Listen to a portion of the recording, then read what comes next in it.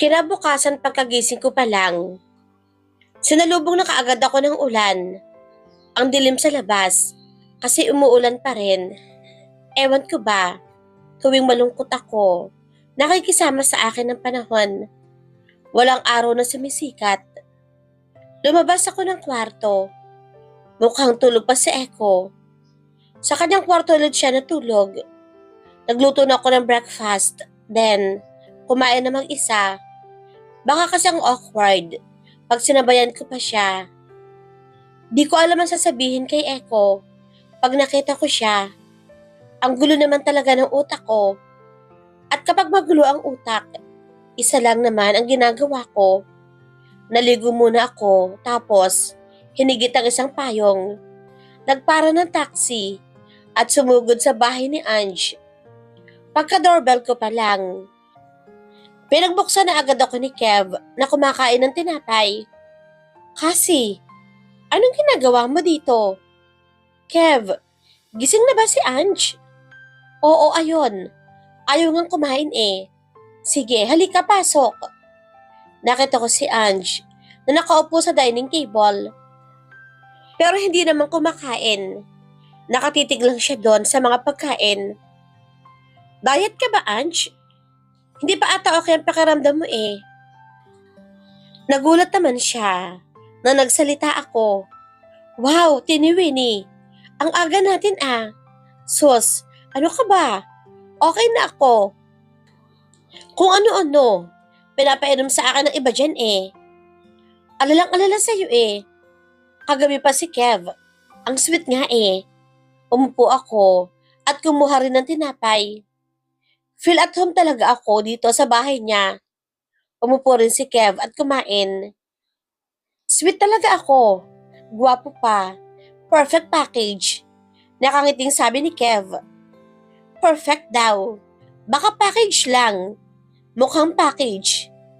Oh, sandali nga kasi. Anong meron kay Echo? Wow naman. Ang galing talaga ni Ange. Alam niya agad na dahil kay Echo kaya ako andito. Bakit kasi? Akala ko magiging okay na kayo kagabi. Sabi ni Kev. Andito si Echo kagabi? Ay grabe. Ang dami ko atang na-miss ah. Umiiling pa itong si Ange. Don't worry babe. Hindi mo naman na-miss ang kagwapuhan ko. Parang nasusuka ulit ako. Naglandian pa sila sa harapan ko. Oo, ganyan talaga silang maglandian. Kumain ako sa bahay. Pero kumagat ulit ako ng bread nila. Ang sama niyong dalawa. Namamroblema na nga ako. Ang saya niyo pa. Hello Cassie. Paano ka magiging masaya? Kung ganito kahangin na makikita mo sa umaga. Tinuro-turo ni Ange si Kev. Come on babe. Aminin mo na. Ang sarap magising kapag ganito kagwapo. Ang makikita mo, di ba?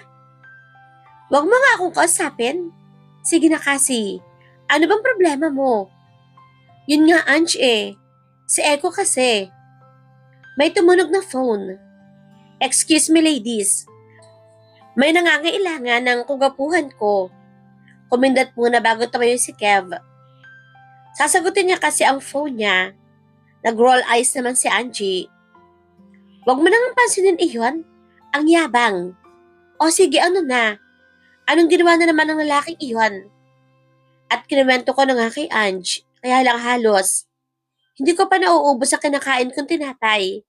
Ay hinihigit na akong patayo. At pinagtutulakan palabas. Sandali lang naman Ange. Pinapaalis mo na ba agad ako? Ay naku, Tini Winnie. Tigilan mo nga ako sa kaartehan mo. Umuwi ka na. Tinulak-tulak man niya talaga ako. Papuntang pintuan. So, ano Ange?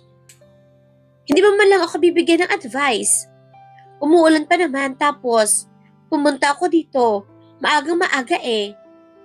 Alam mo kasi, ang advice ko lang naman sa'yo, ang umuwi na.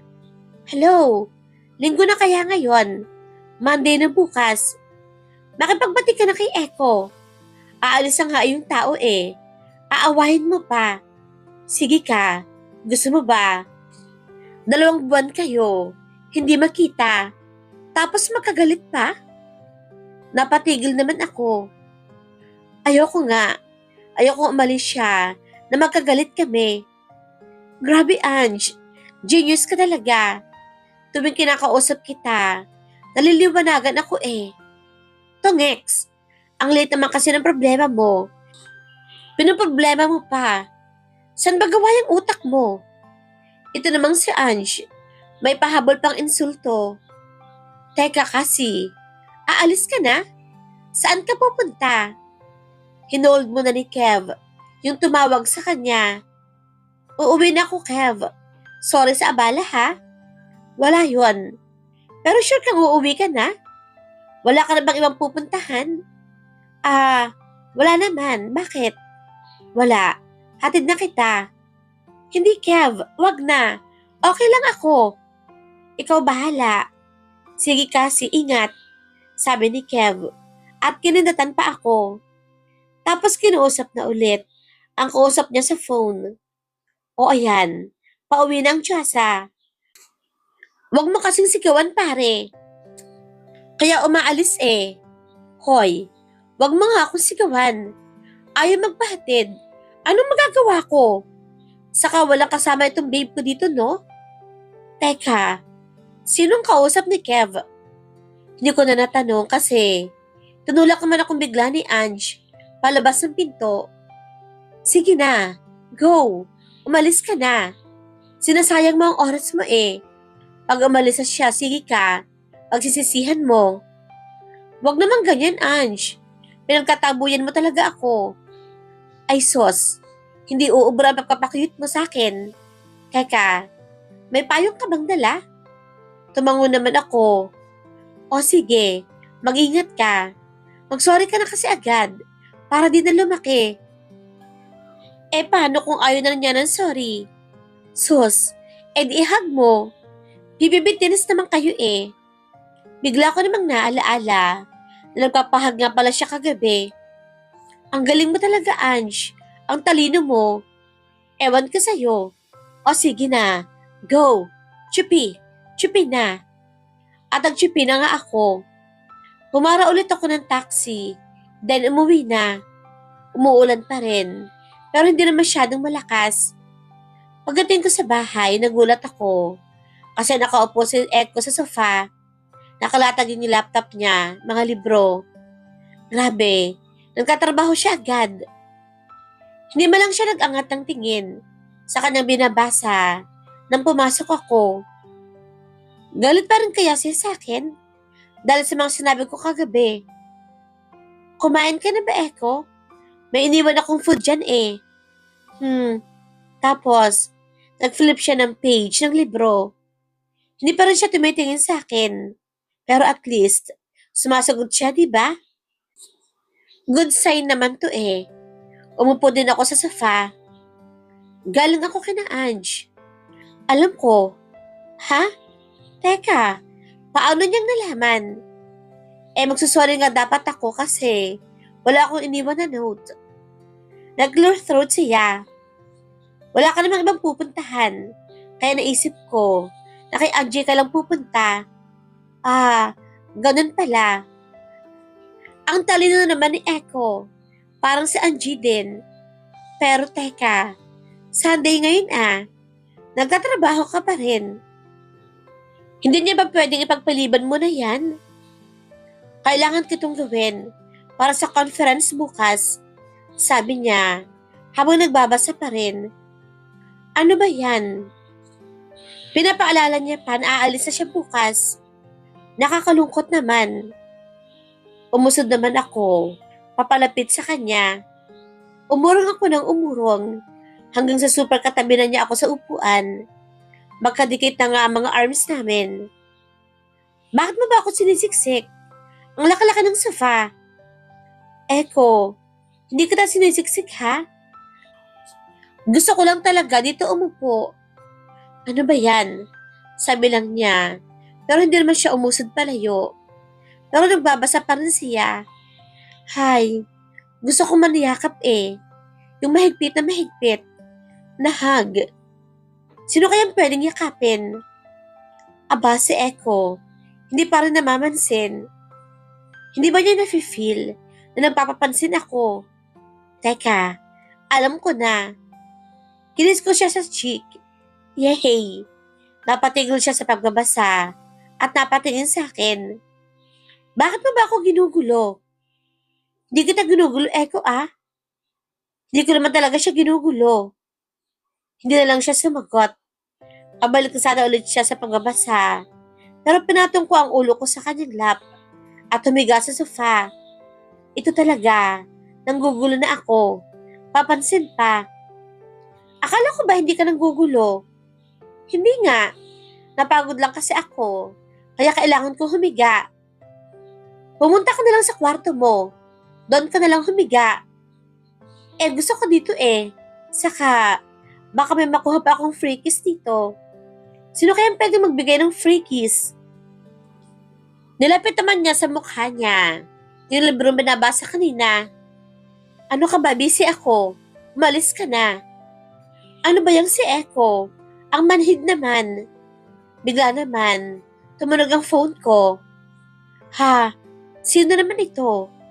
Habang hindi pa rin tumatayo, sinagot ko naman. Hello? Hey Cassie, this is Andrew. Oh Andrew, ikaw pala. Parang naramdaman ko. Biglang tumigil sa paghinga si Echo. Well, hindi ko naman kasi makita yung kanyang mukha eh. Natatakpan kasi ng libro. May problema ba? Well, wala naman. Mom actually wants to talk to you. I'll just give her the phone, ha? But of course, if you still want to hear my beautiful voice, nangiti naman ako doon. Beautiful voice talaga? Naman, if you want, I can give you a sample. Gusto mo? Kantahan kita? We, seryoso, kakanta ka? Sabi naman bigla nitong si Echo. Alam kong si Ange lang ang kausap mo. Itigil niyo na nga yan. Napaupo naman ako sa kanyang sinabi. Hala, ang word naman nitong si Echo. Bakit si Ange daw ang kausap ko? Nabalik naman agad yung attention ko sa phone. Kumanta kasi si Andrew. Mahal kita, pero di mo lang alam. Mahal kita, pero di mo lang randam. Nax, ang galing mo Andrew kumanta. Ikaw na may beautiful voice. Binaba naman bigla ni Echo ang binabasa niyang libro. Tapos tumingin sa akin na parang naiinis. Huwag ka na nga magkunwari. Alam kong si Ange lang yan. Hala naman itong si Echo. Bakit na feeling niya si Ange lang ang kausap ko? Kakausapin ko na sana siya kaya lang biglang, hello, Cassie? Oh, hello po, Tita Mariel. Binagay na pala ni Andrew yung phone sa kanyang mami. Sorry to disturb you, Iha. Pero are you free today? I'm thinking that maybe you can do our portrait. Ay, oo nga pala. Nakapangako nga pala ako kay tita na ipipaint ko silang buong pamilya. Tumingin naman ako kay Echo na nakatingin pa din sa akin. Tita, ngayon na po ba talaga? Sunday po kasi ngayon eh. I know, pero ang lamang din free ang Tito Ariel mo. I'm sorry about this kasi, pero I'd really appreciate if you can come today. Ganon po ba, tita? Pupunta ba ako? Siyempre, ayokong pumunta. Last day na nga nitong si Echo eh. Pero kasi, nakikiusap din si tita. Tapos, hindi naman ako pinapansin ni Echo. Kaya ano pang point? Kung mananatili lang ako dito sa bahay. Hay, sige na nga. Sige po, tita. Bigla namang hinabulot ni Echo ang phone. Bakit niya sinasagot? Ange, itigil niyo na nga to. Napatigil siya sa pagsasalita at napatingin sa akin. Si tita yung kanyang kausap. Bakit niya tinawag na Ange? Akin na ito yung phone ko. Bulong ko naman sa kanya. Pero hindi pa rin niya binabalik. Pasensya na po. Pero hindi po. makakapunta si Cassie ngayon. Ano ba sinasabi niya kay tita? Pasensya na po talaga. And then, he ended the call. Napanganga ako. Seryoso? Pinagbabaan mo ng phone si tita? Bakit hindi mo sinabi na siya pala ang kausap mo? Bigla naman tumunog ulit ang phone ko. Panigurado, si Andrew na ulit iyon. Pero hindi ko pa nga nakikita. Ine-end ka agad ni Echo. Tapos, pinatay ang phone. Hala ka, Echo. Bakit hindi mo sinagot? Baka magalit. Hinaga niya naman ako ulit sa lap niya at hinalikan. Wala naman tuloy sa isipan ko ang sasabihin ko. Bakit nagpapakanta ka pa sa lalaking iyon? Teka lang kasi. Hindi ako makapag-isip. Ang lapit naman kasi ng mukha niya eh. Si Andrew ba ang tinutukoy niya? Hinalikan na naman niya ako. Wala na talaga. Hindi ko na maiisip mamaya. Bigla ko namang naalaala na baka nagugulo ko na nga si Echo. May mga kailangan pa naman siyang gawin para bukas. Umupo na lamang ulit ako sa kanyang tabi. Naku, sorry bubu. Ginugulo pa kita ngayon eh. Busy ka pa naman. Wala naman akong kailangan gawin. Bakit ang dami-dami mong ginagawa? Ang dami mong pangalibro na binabasa eh. Bored lang ako kanina. Grabe, pag bored ka, nagtatrabaho ka? Ibang klaseng hobby na yun, bubu eh. Nag-shrug lang siya. Tapos ako mag-impake. So, wala na akong gagawin. At bigla ko namang naalaala. Aalis na nga pala siya. Naka-impake na nga siya. Pinitik naman niya ako sa noo. Gusto mong lumabas? Date tayo. Wow, si Echo. Nag-aayang mag-date kami. Gusto ko yan. Ay wait, muulan pa rin kasi sa labas. At saka kung lumabas man kami, saan naman kami pupunta? Wag na bubu, dito na lamang tayo sa bahay. Nagulat naman siya sa sinagot ko. Anong gusto mong gawin dito? Ngumiti naman ako sa kanya. Ano ba bang ginagawa sa bahay? Hindi ka ba mapapagod, bubu? Bakit naman ako mapapagod? Sure ka? Oo nga. Bilis na. Okay, sige. 1, 2, 3. Start na. At nagkarera na nga kaming dalawa. Yung pabilisan ng kotse sa PlayStation. Nakasalampak kami dito sa floor. At aba, seryosong seryoso si Echo.